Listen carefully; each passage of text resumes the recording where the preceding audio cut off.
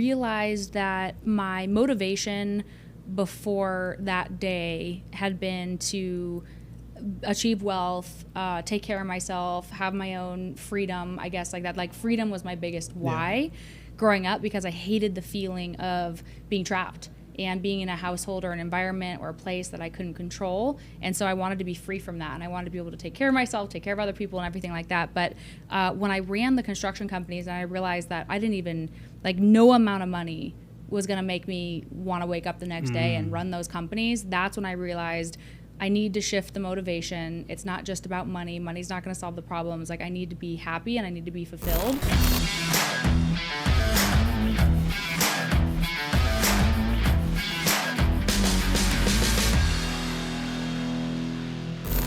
Fam, what's up? Welcome back to the CEO Pulse podcast, where you get the real, the raw, and the mind of entrepreneurship. We have a very, very special guest today.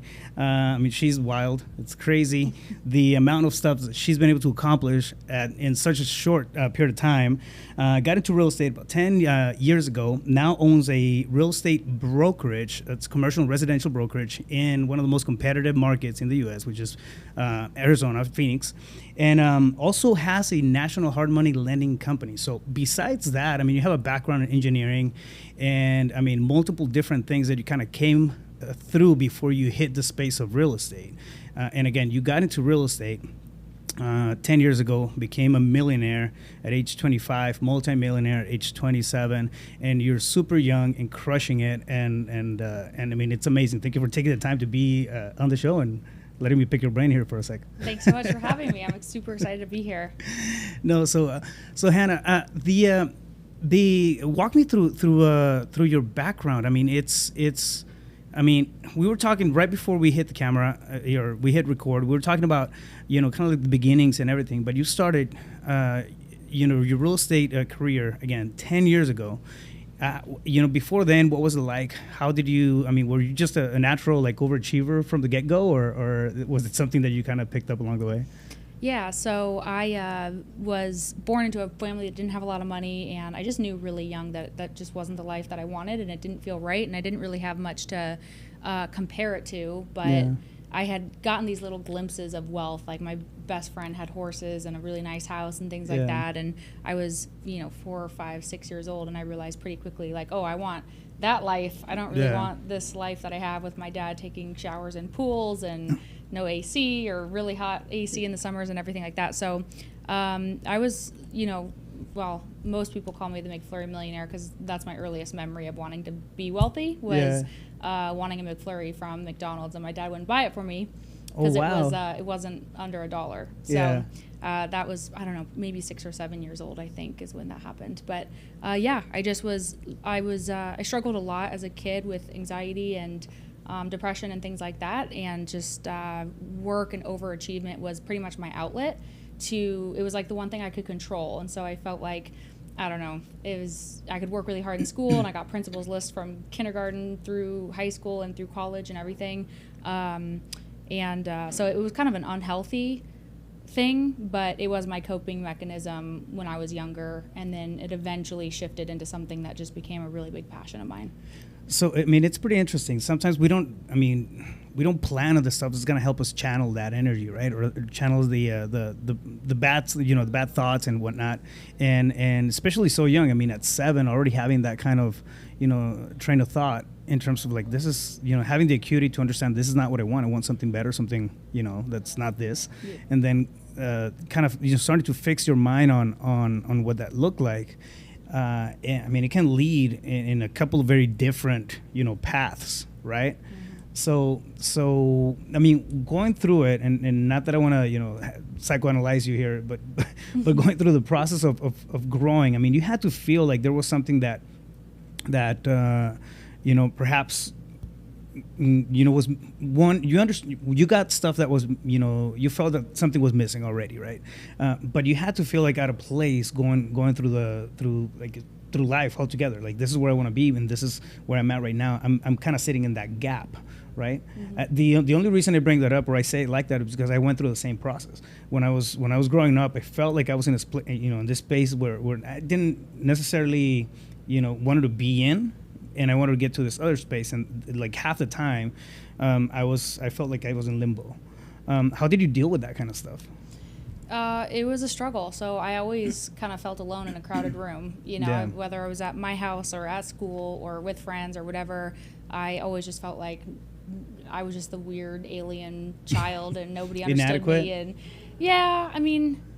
I had severe insecurity and self-worth issues and low self-esteem and everything like that, which is why I isolated and really just focused on my work and didn't having to not go hang out with my friends wasn't hard for me because I didn't have any, because I didn't feel comfortable around anybody. Yeah. So work was just kind of my outlet, and books were my friend, and I felt like authors were the only people I could connect with. I remember reading Ayn Rand's book, and I was like, oh, this is the first person that I feel like this is understands my friend. me. Yeah.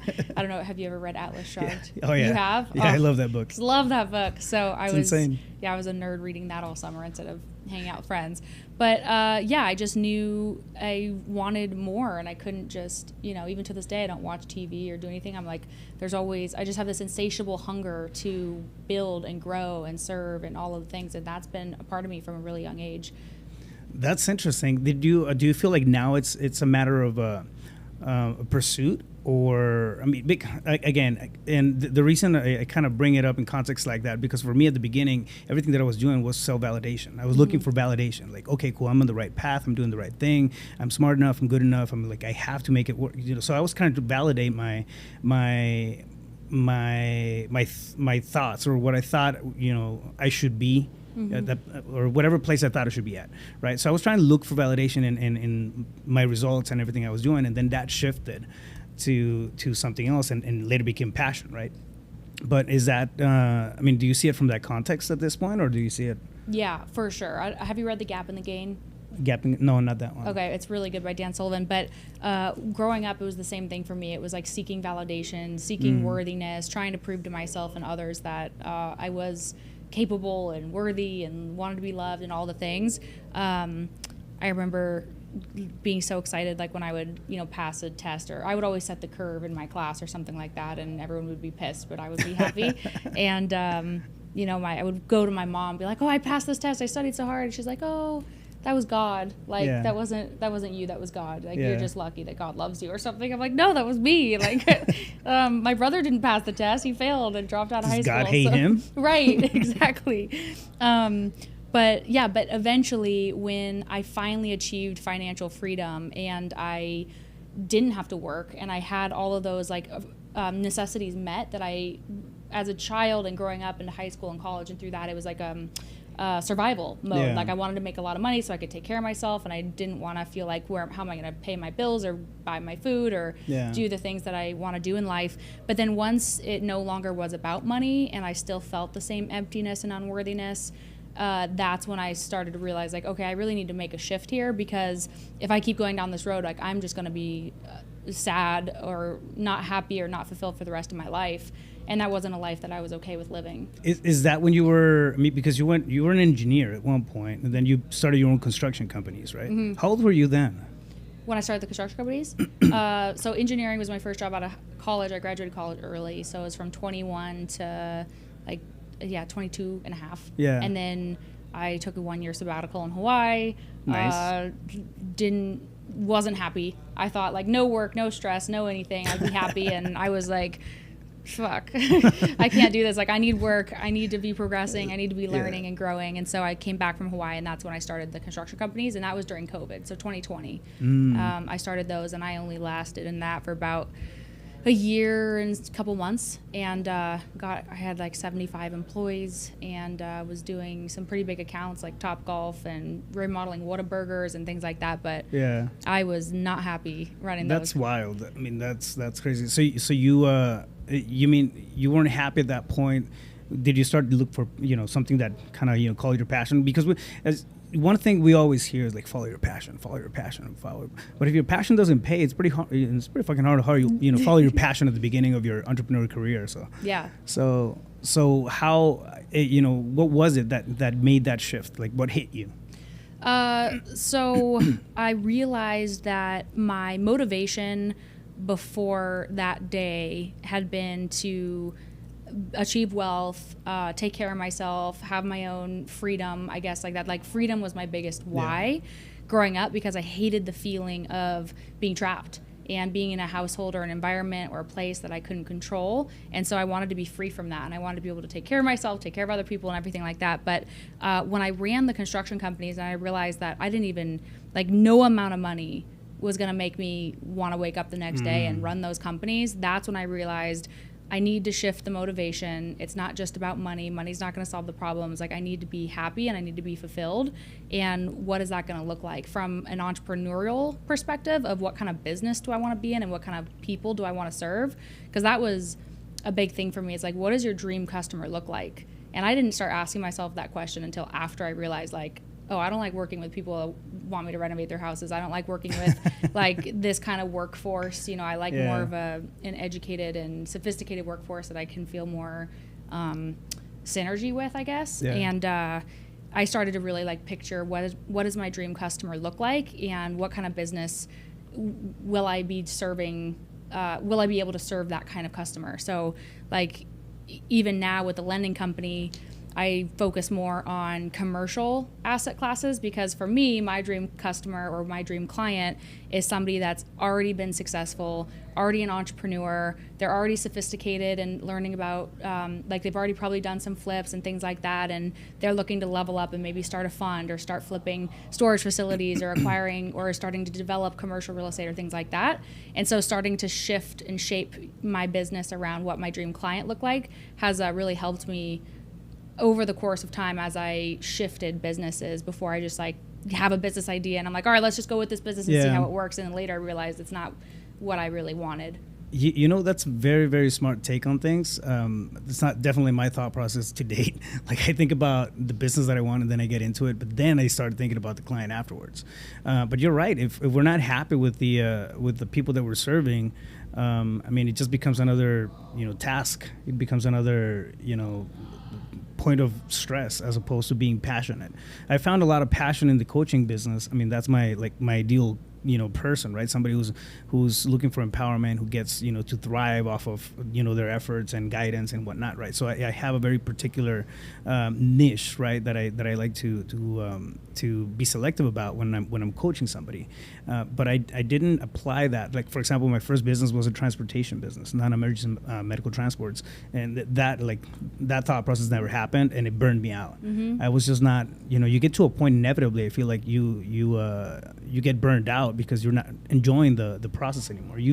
I feel like it's easy to enjoy the challenge at the beginning, and then once you kind of set up the pieces, it's not that you're gonna get bored, but if there's a lot of maintenance, I mean, it's just gonna get tasky and repetitive, and then instead of feeling that forward movement, you feel like you're running in place and just getting tired. Yep, it's so true. And I think speaking for myself, like as an entrepreneurial, I'm super squirrely, and I love instant gratification, and I love the hit, and I have a very addictive personality. And so what I found myself doing as I've started probably 10 companies over the course of my 10-year career, and it was like I got the instant gratification of the new idea and the excitement of starting a new business and creating with a partner or whatever. And then once I hit that wall, like a year and a half in or something, like as I'm trying to scale and as I really start to understand what I just got myself into, and then I start to realize like, okay, I have all these problems, and these aren't necessarily problems I either want to solve, know how to solve, and care to solve, right? And it's like in that, I think that's like one of my regrets is probably not thinking more about the businesses I want to go into and the clients that I wanted to serve, and then also just sticking through. Like at a certain point in your business, if you really want to be successful, it's like a professional athlete. They're not going to hit a certain point and then give up and pick a new sport. Like they're going to do the things they have to do every single day, no matter what, even if they don't see results, or even if it's difficult, or even if they're exhausted or hurt or whatever. And they're going to keep doing what they're doing. And Michael Jordan's going to keep throwing his shots because he knows that's what he has to do to be the best. And he will, just by sheer work, outwork and beat everybody, because he does it every single day. And so if you're like, I realized if I keep starting over and I start a business and I do it for a year and a half, and then when I hit this wall, I quit, I'm never going to get anywhere. So I really tried to decide, like, where is my focus? What am I going to do? And I'm going to do that forever. Like that's my one thing, and I'm gonna stick with that. So it's difficult for me because I'm very squirrely and I love business, and I'm like, oh, I have my rental properties, my property management, and I have my real estate brokerage, and I want to do commercial and residential, and I want to serve these clients, and I want a team, and I want to lend, and for lending I want to lend on all asset classes. Like it's so hard for me to think about just focusing in and be like, okay, maybe let's just lend on storage facilities. Maybe we be the expert of that, right? So hit a niche. Yeah, because the money's the riches are in the niches or whatever. Yeah, niches. So it's that's what I've been working on, is just focusing in. And real estate was like the one consistent in my life. As much as I tried to leave it, it always made me money. It always was really fun for me to do. And so I finally just decided, like, I'm gonna go with this. So I mean, I picked real estate as a vehicle too. My background is I'm an organizational psychologist, right? But that it's a framework thing. Like you build frameworks and businesses and stuff like that. So it gets kind of repetitive, and I feel like the challenge can dim away real quick, because you start seeing things in frameworks. But when it comes to real estate, every real estate transaction is different. I mean, I feel like there's so many different areas to play in real estate that don't necessarily involve, being transactional and just, the paperwork. You have the relationships, you have the creativeness of the deals. You have like a lot of things I feel like play into that space. So I mean, it sounds about right that you being squirrely in the stuff that you like doing, you kind of, you gravitate back to the space that challenges you on pretty much every deal. So yeah, I love real estate. For sure, but Alex Hormozy talks about that. He talks about the woman in the red dress, and not to be distracted by the woman in the red dress, right? So it's his whole idea is to stay focused on the woman in the white dress, the one that you married, the one that is giving you long-term gratification and results versus that instant. Yeah. Oh, there's a flashy thing, flashy shiny object, yeah. Right. And so I think as an entrepreneur, it's something, and as you find success, more opportunities are offered to us every single day, and better opportunities. So it becomes more challenging to stay focused and to keep doing what you need to do to get to your goal with your business, because then it's just the woman in the red dress, and you don't ever end up getting that long-term gratification of just sticking with it and doing the things you need to do every day to get your desired outcome. And those things that we need to do every single day may not be the sexy thing to do, but I mean, it's what definitely gets you through the finish line on right. on all these. And I feel like that's it can be a little harder to get a grip on at the beginning of any entrepreneur's career where everything seems like a great idea. It's very interesting that you bring that up, because over the last, I mean, I kid you not, maybe, I don't know, I'm thinking this quarter, one of my actively conscious thoughts has been, is this my highest and best, and is this the lane that I want to be in? So I keep bringing myself back to this, like, listen, like, just focus on this right now, boom boom boom, because of the overload in opportunities, the overload of things that seem like a great idea. And when something is working great, like, you want to dig into it a little deeper, right? The passion is still there, the willingness to make it work is still there, and we can dilute it real quick with shiny objects or red dresses. Mm-hmm. But it's important to go back to that centeredness, like, okay, what's in alignment with the stuff that I want, right? And I don't know if you want to call it your 3-year vision, 5-year vision or whatnot, but I started thinking about, okay, it doesn't matter how great it looks, does it serve the purpose of getting me closer to that place where I want to be at, in 3 years, right? It's a simple yes or no. If it's a no, when in doubt, there's no doubt, right? It's like, okay, cool, I'm going to shelf that for a little bit, and I'm going to come back, maybe visit in a week or so, see if it still feels like a good idea. And most of the time, they just fall off the shelf. And I'm able to stay in and focus and on track, right? I've had the occasions where, like, okay, I get into something that just pulls me out of my flow for a week, and it's like, shit, man, that was a waste of time. Mm-hmm. Then I get back into it. So I totally get what you're saying when it comes to having the ability to have, or to having the opportunity to see different things out there, right? And the importance of staying in alignment, staying focused. What does that look like for you over the next, say 3 to 5 years? So I really want to focus on the Harmony Lending Company and the debt funds. I've been lending for a couple years now, almost 3 years, I think, and it's been great. Like, I've just been lending my own money and haven't taken, ever to this date, have I taken a dollar of investors' money. But now I'm at the point where I've proven the model, and I've gone through some defaults and gone through some worst case situations, and I really want to scale that company and start giving investors some of those returns as well. And so that's what I want to focus on. And the goal is to build $1 billion debt fund, in which case I could have some really amazing money, like income coming in each year from operating the company, or be able to liquidate that company to a public company, because once you hit about $1 billion in originations, they're pretty sellable. So that's like my next goal. And then I'll always be in real estate. I'll continue to have my... You'll probably be there by what, December? Hopefully. Hopefully, yeah. I want to be there by 2030. So it's like 5 years. Man, at your pace, doable. What does your company look like? I mean, right now, I know you're split in a couple of different areas, but as far as your team, do you have a big team, a small team, infrastructure, that kind of stuff?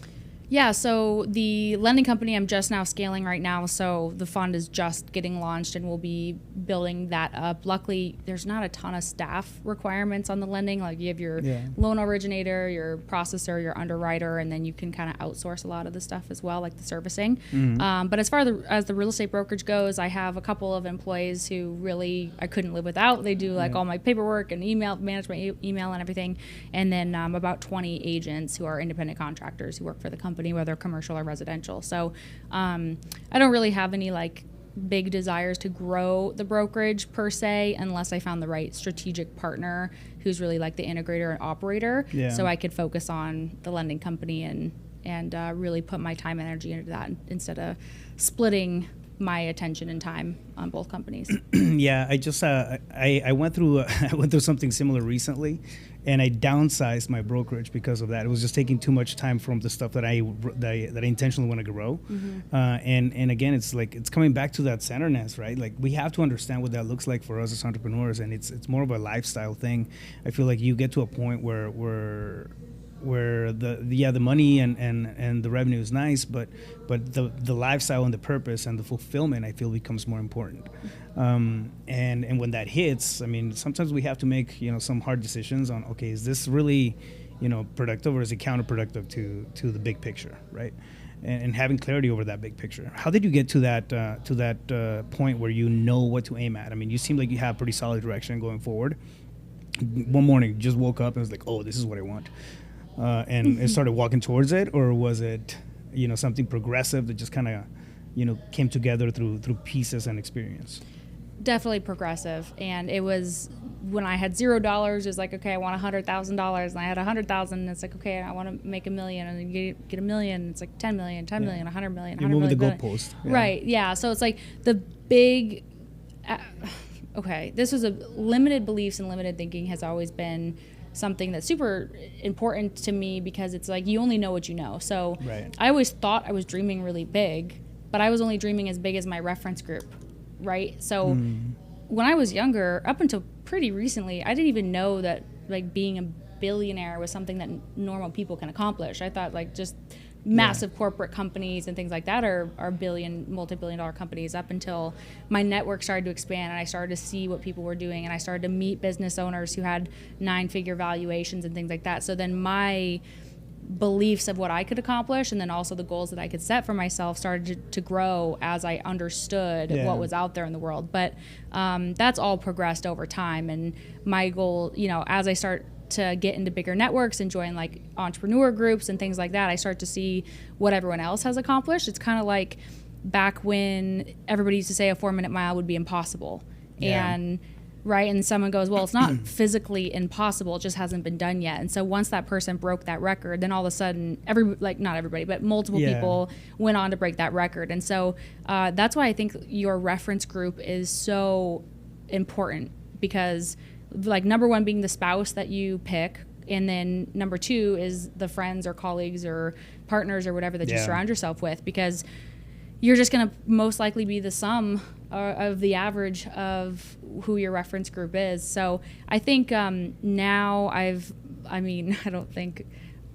set a lifelong goal of like, oh, I want to be a billionaire. And it's not about the $1 billion. I could care less about that. It's just the more money I make, the more people I can impact and serve. And I have a dream of having a foundation and training young underprivileged kids to be entrepreneurs and teach them financial intelligence and give them mentorship and sponsorship opportunities from actual entrepreneurs who have done it, and give them that sense of community and support. And because the public school system is pretty, I don't want to say worthless, but it's not going to get you very far in life. Yeah, we all know what it is. Yeah. So that's something for me is like, that's all. Like, it just is fun. I love the game of business. I freaking love it. And so I never want it to end. Like, I will be doing business till the day I die. I will probably be in my deathbed, like negotiating a real estate deal or a loan or something like that, because I just love it. And, the bigger I scale, the more impact I can make. But I think where the stress comes is like, okay, if you say you want to be a billionaire, and if you're like, if you don't see self-worthiness until you get there, then that's where it becomes a problem. Oh yeah. Right? That's like the gap in the gain. Like, you're living in the gap. But if you're super fulfilled and you love what you do and you're just like, I just love it and I want to keep going, and if I land halfway, great. If I land a quarter of the way, great. If I get there, amazing. But if not, like, it's just a fun goal to set for yourself and to give you, like, for me, it's like something to focus on for the rest of my life. Yeah.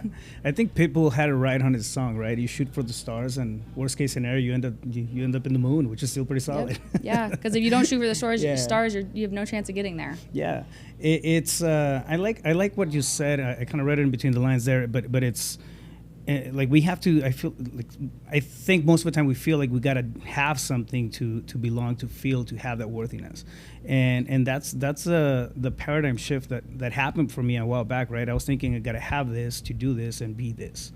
And meaning the way that life works, you have to be the person. For example, if you want to, monetarily, right? If you want to be a millionaire, you have to be that person. You have to understand yourself and see yourself as that person and act like that. I'm not saying spend $1 million if you don't have it, but what is a person like in that space needs to be like, and kind of reverse engineer from that. So you become that person in your thought and in your actions and the way that you carry yourself and your self-belief, I feel like, more importantly. And then things start, happening and somehow they click into place. And not that I want to get too woo-woo here, but I feel like that's how, that's really how energy works. It's you put yourself in certain rooms, right? And you mentioned right now that you couldn't care less about the billion, right? But I feel like you do care about the experience that journey can bring you, right? The rooms that it can put you in, the conversations that you can have, and the impact that you can have as a result of that, right? But it wouldn't happen if you weren't on that journey to that bill. So that bill, becomes just kind of like the benchmark, and I feel like the most fulfilled entrepreneurs that I've met have a benchmark, right? But they're enjoying the entire journey as they go through it. Yep, exactly. And that's what it's all about, is enjoying the journey, because otherwise you're just, like, for me, I noticed when I would set a goal and I wasn't enjoying the journey and the process, I had this thing in my head like, oh, I'll be happy when I get that goal. Yeah. And then we all know, you get to the goal, you don't stop and smell the roses, you're still unfulfilled or empty or whatever, and then you just have to set a new goal. Yeah. Right? And so that's what's really shifted, is now I can just enjoy the goals as part of the game, and like, we're growing or we're dying. If I'm not growing, I feel like I'm dying. And same like with business. Like, if your business isn't growing, your business is dying. Just to keep up with inflation, it needs to be growing every year, right? Yeah. And so, like, that's an easy benchmark. Yeah, at least at a 7% rate. Right, exactly. So I just want to keep growing and help other people keep growing. But it's so important to enjoy the process as you grow. Because otherwise life just flies by and you didn't maximize your potential of happiness and fulfillment. Well, case in point, right? You were doing good as an engineer, and then you were in Hawaii and living the life, right? Yet that fulfillment wasn't there. You had to come back and do something else, right? But I think that finding joy can sometimes be trickier than it's easier said than done. So especially for people like us who move super fast. And kind of shoot before aiming. That's how I operate a lot of times. To me, joy was a learned skill. What I mean by that is it's you know how we have this financial thermostat, right? And we have to reset it. We have to set it, to whatever degree we want it. We work on that financial thermostat.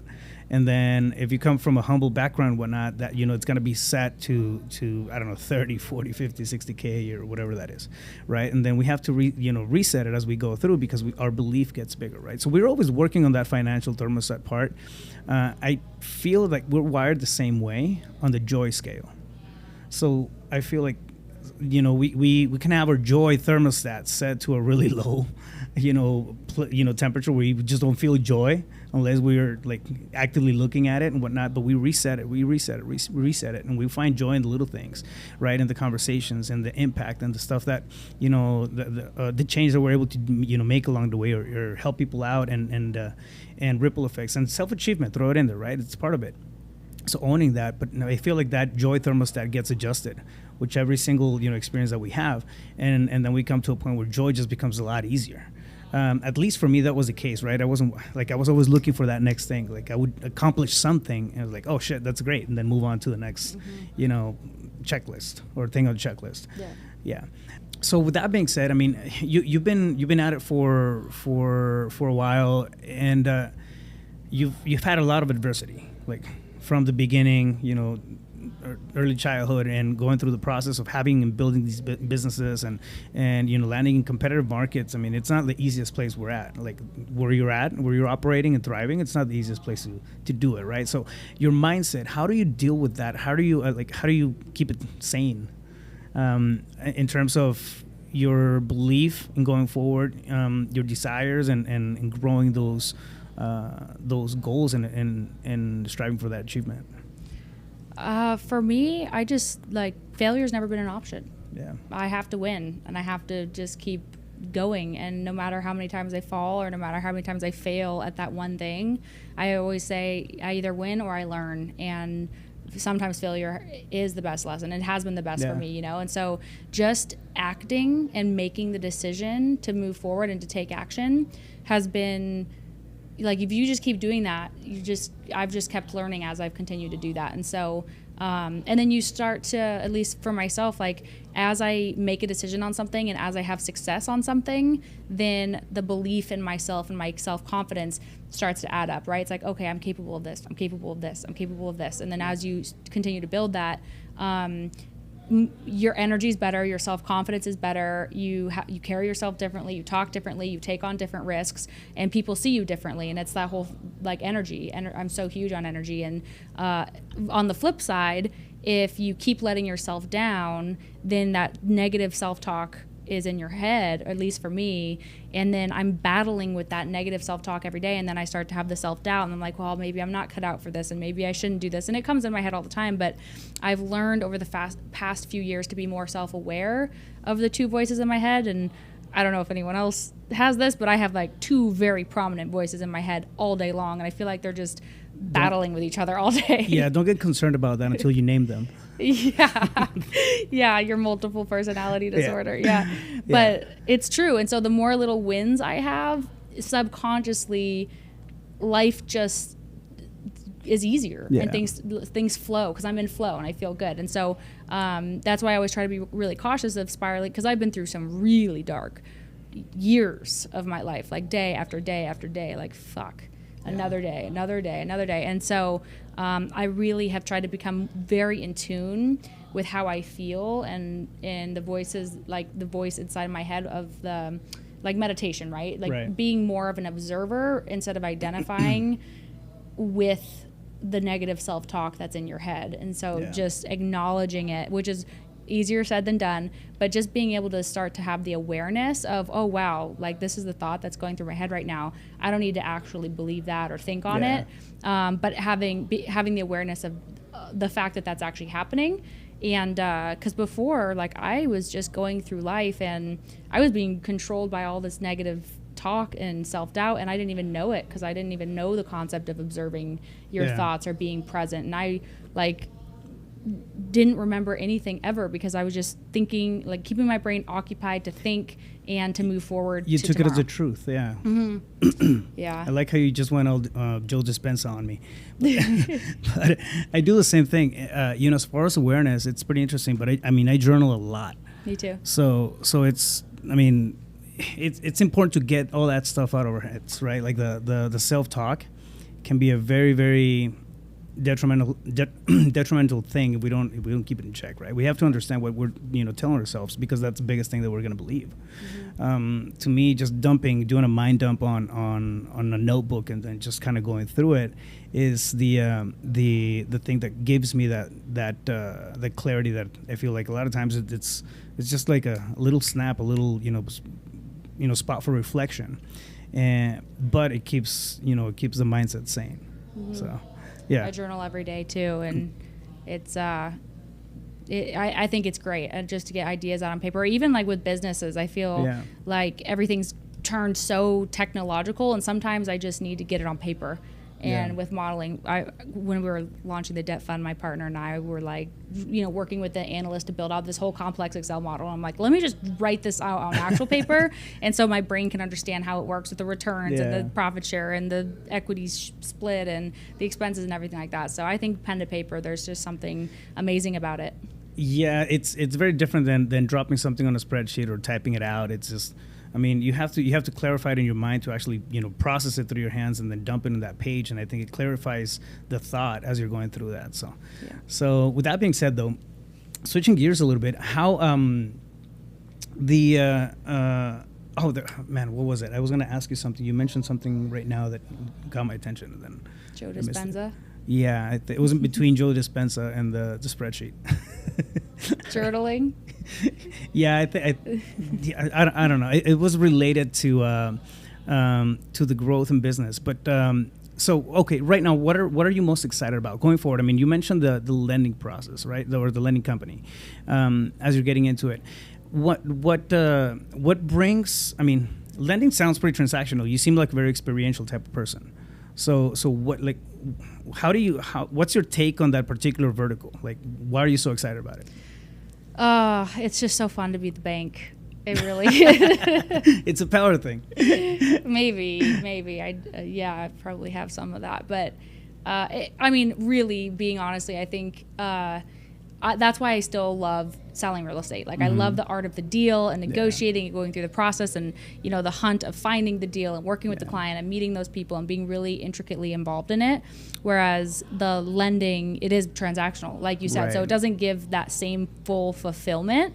But it's awesome because it provides the type of lifestyle that I want to live. Like, you could be anywhere in the world, pretty much in. There you go. Yeah. No matter what market, people need money all the time, and I still get to, because I'm an investor, I'm a real estate investor, and I analyze the deal that the borrower brings to me, and like to make sure they're going to be successful, and almost consult on the deal. Like, hey, you shouldn't do this deal.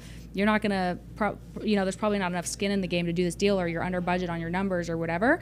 And so I still get to feel like I'm doing the deal a little bit. But then the nice thing is when you're the lender, it's like, because I've flipped houses, I've done renovations, and I know how difficult it is. Oh, it's a pain in the ass. Yeah, but the lender gets paid no matter what. Yeah. So they're like, you got this, keep on going, like, keep on swimming. And it's nice to just be able to breathe and not have to be in the nitty gritty all the time of the actual managing the contractors and finding the deals and doing the whole to flip a property. It takes a lot to be successful, and you have to really know what you're doing. You have to really have an amazing team, and it's a grind. It's not passive at all, and you have to be on the job and babysitting your people, and it's amazing. Same with development. It can be absolutely incredible, but sometimes it's nice to just be the bank. Yeah. Well, I think that's for a lot of people, I mean, including myself, I think it becomes a goal, right? After a while, it's like, let your money work for your money. I mean, that's what's better than that? It's amazing. Yeah. And then the investors can get such a good return on it too. Like, if you're lending at 12% plus a few points, you give your investors 10%, they're making a good amount of money. It's super safe, first lien position, very low LTV. Like, they can get their money out whenever they want. It's not the 7-year development project that's super high risk. And then borrowers, if you do a good job and you're nice, they'll just keep coming back. And, I hate working with banks, and it would make me not want to do the projects because I'm like, I got to figure out how to deal with the bank. And I go through their whole underwriting process, which is a pain in the butt itself. Yeah. So, Yeah, it's, I don't like. What does that look like? If somebody wanted to work with you and maybe reach out and you know find out more about the lending portion of it. Yeah, so they could just reach out to me directly to my Instagram. I manage all my messages there. It's at Hanna B Hammond, or even just Google my name and you'll find me, or anything like that. But yeah, happy to talk about that. We'll drop the handle on the show notes.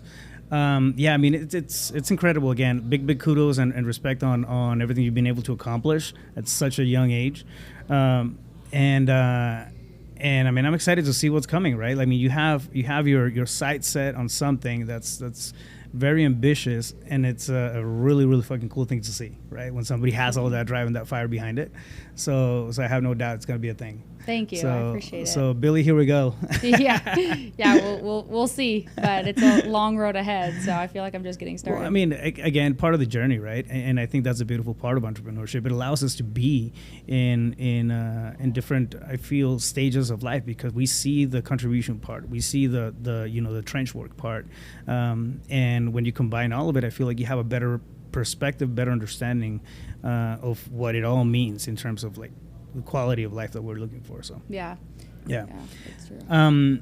One question that I'd like to ask everybody before we wrap up, but it's if you were walking down the street and you ran into your 17-year-old self, what advice would you give that girl? It gets better. Yeah.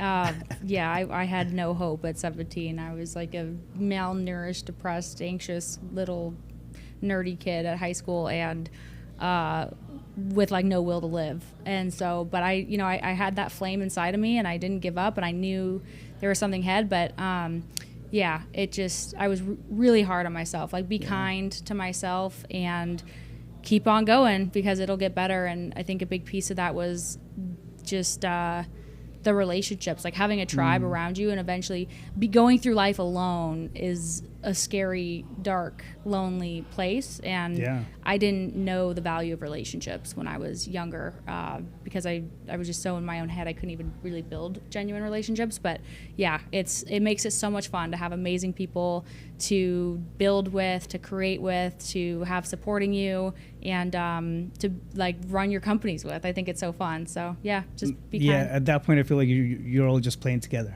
Yep, exactly. Yeah, one big happy family. Yeah, no, that's a beautiful thing. It's a beautiful thing to see.